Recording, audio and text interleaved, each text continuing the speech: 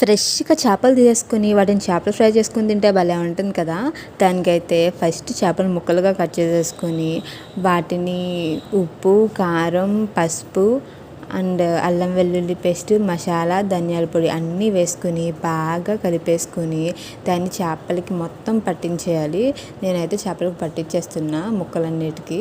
చక్కగా అబ్జర్వ్ చేసుకుంటే కదా బాగా పీల్చుకుంటే కొంచెం టేస్ట్ వస్తాయి. కాసేపు దాన్ని పక్కన వదిలేసేయాలన్నమాట. బాగా ముక్కలకు పట్టించేసి నేను మొత్తం పట్టించేసా, ఎర్రగా ఉన్నాయి. ఇప్పుడైతే ప్యాన్లో ఆయిల్ వేసుకుని బాగా మరగపెట్టేసుకుని చేపల ముక్కలన్నిటిని వాటిలో వేసేసుకుని బాగా వేపేసుకోవాలి. కొంచెం వేగాక అటు ఇటు తిప్పుకుంటే కొంచెం బాగా వేగిపోతాయి. వేగిపోయాక నేను కొంచెం కరివేపాకు కూడా వేసుకుంటున్నాను.